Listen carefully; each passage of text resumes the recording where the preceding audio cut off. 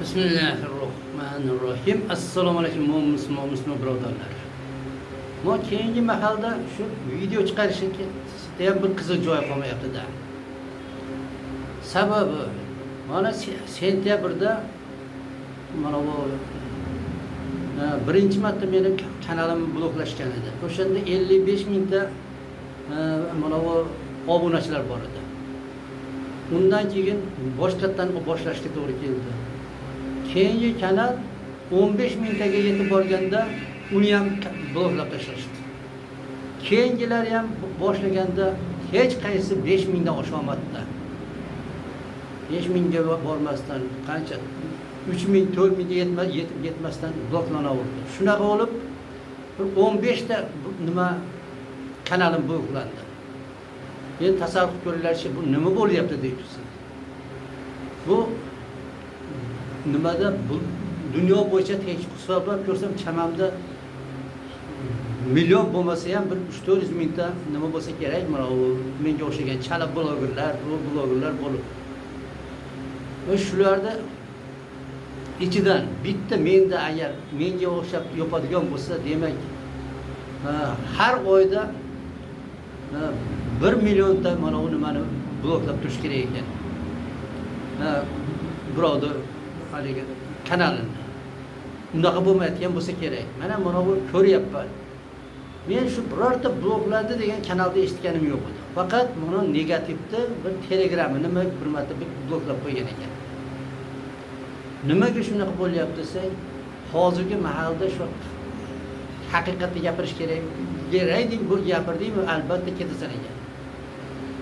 Shuning uchun mana bu blogerlar, jurnalistlar oson bosh og'rig'i olmasin deb hech bu nimalarda bu zarur mana bo'layotgan iflosliklar to'g'risida gapirishni anglab qo'ya qoldi. Uni o'rniga iloji bo'lsa shu tuzumni maqtash, boshqa qilish bir shu bilan shundan non topib yeyish qilyapti bilmay qoldim. Hozir shu nimada yosh yigitlar ham shunaqa bir nima bo'lib ketganda iflos bo'lib ketgan. Eplab shu nimani maqtab turishni yaxshi ko'radi. Boshimizdagi tuzumda. Xudoga shukr, mana Xudoga shukr. Bittasi Afrikaga boribdi. Borgan ekan, bittasi hali loydan qilib nima chet nimadan qilib qamishni bir narsani qo'yibdi-da, shuvoyapti. O'shani ichida qo'y ham bor ekan.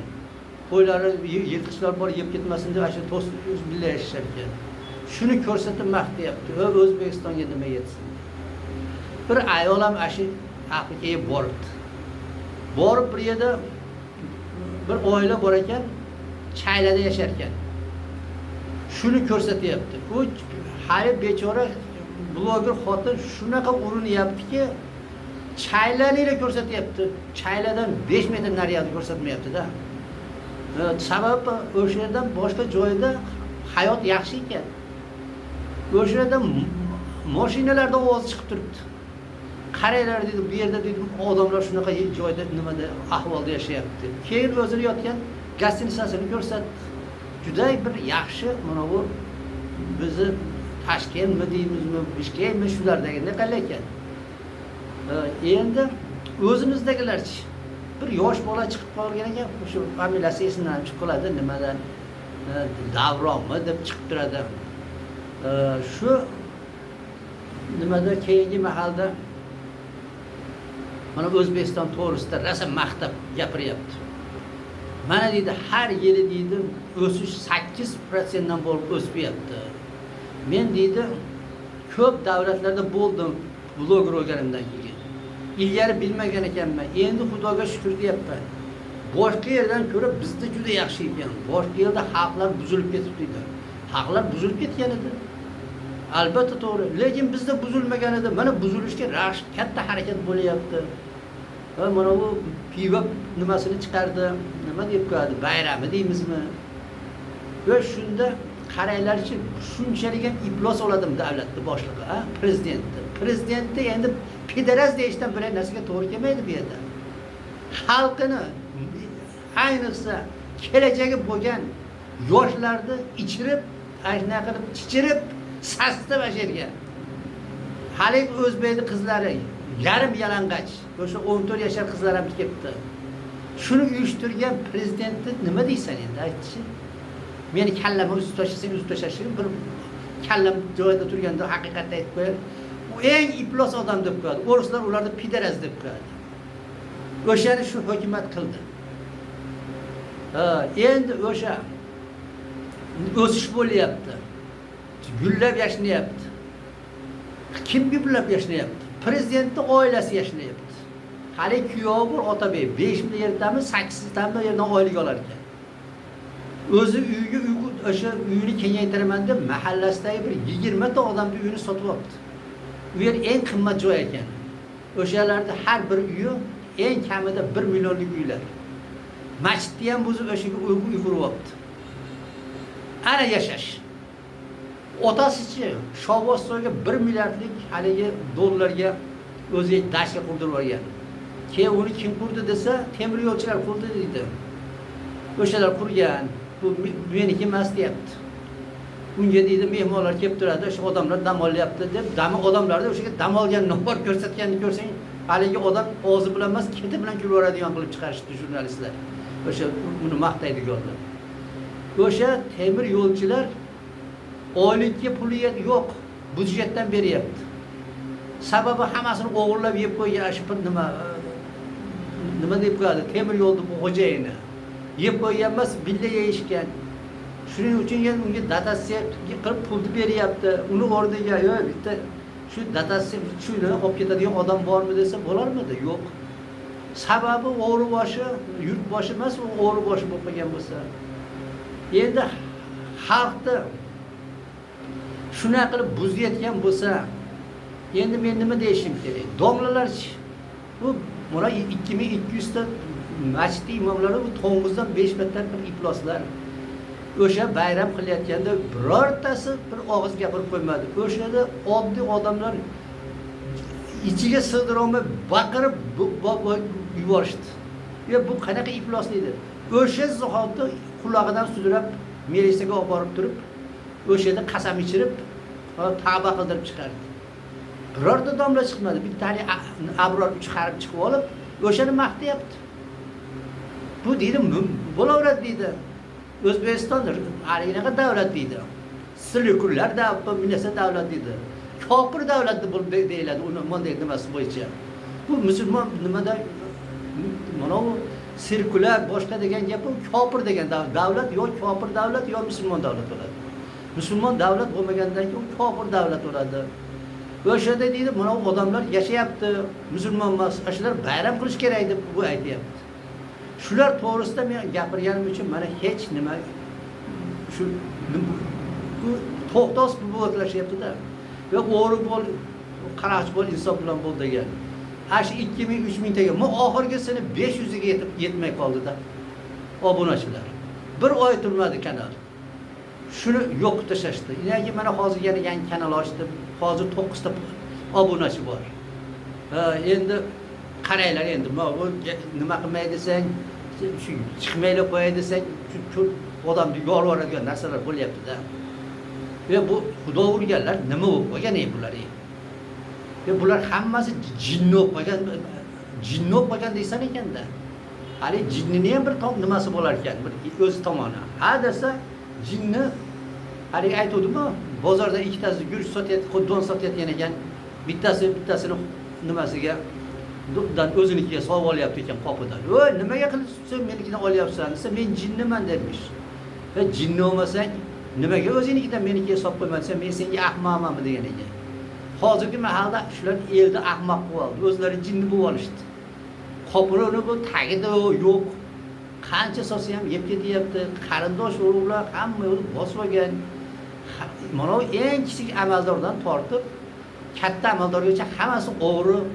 Shu o'g'rilardan bittasi qamalib qolibdi hozir. Men ozodlikda gapiryapti. U odamda ayb yo'q edi. Va mana bu jalabxona bor-ku. O'sha yerda jalablarning ichidan hech qachon bitta bokirasi chiqmaydi.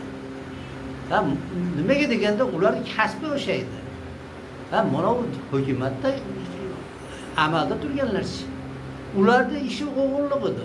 Ular o'g'ri, hech qanday boshqa nimaga to'g'ri kelmaydi. Uni ichidan to'g'risi yo'q. O'sha odam qo'lga tushib qolib, nimaga deganda, bilasizlar, mana bu yirtqich hayvonlar ov qilib yuradi, o'zining territoriyasi bo'ladi. O'sha territoriya to'plashib bir-birini g'ajib qo'yadi. Bu yerda o'sha nimani, mana bu qamalgan hokimni territoriyasiga birov bostirib kelgan ekan, qarshilik qilgan ekan. Endi yirtqichni kuchligi yengib qo'ydi, buni yengib qo'yibdi. Bu asha qamalgan, bu ham o'g'ri edi. Lekin bu o'g'ri haligi nima kuchsizroq o'g'ri ekan. Kuchligi yetib, yengib endi o'sha joyda egalladi. Endi ko'rsatadi mana bitta mana bu nimani, mana hokim qamaldi. Hokim qamalgani nima farqi bo'ldi? Qamaldi, nimaga qamaldi? Tasavvur qilinglar, endi mana men qari odamlar bilasizlar. Men 75 ga kirganman. Ilgari bozorlarda tualet bo'lardi. Bunaqa hozirgidek kanalizatsiya yo'q. Uzunligi 4-5 metr, endi 2-3 metr bo'lib tualet bo'lardi. Uni ichida bir 10 tonna, 20 tonna asha najas to'lib ketardi. Keyin mashina kelib olib ketardi, tozalardi. Hozir mana bu O'zbekiston ham, Qirg'iziston ham hamma davlatlar xuddi o'sha tualetga o'xshab qolgan. Najas. Najas, o'sha hamma najaslar ashunday amalda egallab turibdi. Endi buni qamalgani qanday deb nima qilib so'radi. Shundan bitta chelakni tashab, bir chelak haligi nimani olib chiqib tashabdi. Najasni. Unga hozir to'xtovsiz to'lyapti. O'shanda hech narsa o'zgargani yo'q. Shunaqa najas bo'ldi. Najas o'zi nimaga deganda, prezidentni o'zi o'g'ri bo'lgandan keyin endi shunday narsalar bor-da. Bir nimani odamni uyini tekshirib ko'rsang, oyligi bir $1000 bo'lsa, uni uyi tilladan bo'lib ketgan bo'lsa, uni o'g'irligini qachon meni o'g'irlik qilganimni ko'rding deb o'tirsa, isbotlashda nima hojat bor? O'sha narsa bildirib turibdi. Mana O'zbekistonda 100 milliarddan ortiq qarzga botirib qo'ygan shu Mirziyoyev o'g'irligini hammamiz bilib turibmiz. Nimaga indamayapmiz? Indolmaymiz. Sababi bu Alloh Qur'onni tushirgan yerga. Shu Qur'on bilan yashasanglar, to'g'ri yo'lda yurasizlar. Bo'lmasa yaxshi yashaysizlar. Bo'lmasa najas bo'lib qolgan, najas qonun chiqaradi. Najas hokimlar, najas prezidentlar tepki nimaga o'tiradi taxtga. Ahvollar shunaqa bo'ladi. Shuning uchun Qur'on bilan yashaylar degan. Endi hozirgi mahalda Qur'onni masjidga kirgizib qo'yib, bu yoqqa o'zini najas qonuni bilan ishlayapti. Buni nima deb tushunsa bo'ladi? Masjidga qamab qo'yish. Bu Qur'on kerak emas. Bu Qur'on yaraqsiz degan bilan barobar. Bu degani endi mana bu Xudoning qonuni yaraqsiz deyapti. O'shanda jamiyatdagi rahbarlar Allohning Qur'onini mana bu yaraqsiz, mana o'zimiz najas qonuni to'g'ri degandan bir nima kutasizlarmi? Bir nima deb qo'yadi? Yaxshilik. Shu Allohning dini bilan hukm qilmas ekan, hech qachon bu narsa o'nglanmaydi. Shuni bilib olaylik. Assalomu alaykum va rahmatulloh.